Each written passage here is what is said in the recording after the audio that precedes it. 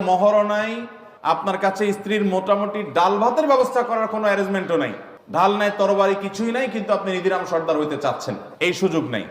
যদি আপনার মোহর দেওয়ার কোনো ব্যবস্থা না থাকে, ডাল ভাতের জোগাড় করারও ব্যবস্থা না থাকে, তাহলে ফাআলাইকা বিসসাওম, নবীজির নির্দেশ অনুযায়ী আপনি রোজা রাখবেন। বিয়ে করবেন তখন যখন আপনি মিনিমাম মোহরের ব্যবস্থা করবেন, ডাল ভাতের জোগাড় করতে পারবেন। তথাকথিত পায়ে দাঁড়ানোর দরকার নাই, ডাল ভাতের জোগাড় বউয়ের করতে পারলে, মোহর ব্যবস্থা করতে পারলে আপনি বিয়ে করবেন।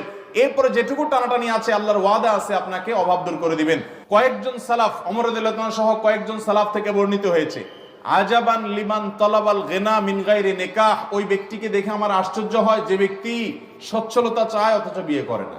কারণ বিয়ে করলে আরেকজন যে আসবে তার রিজিকও আল্লাহ তাআলা নিয়েছেন না নেন নাই, অতএব তার রিজিক সহকারে আসবে ইনশাআল্লাহ বিইذنিল্লাহ।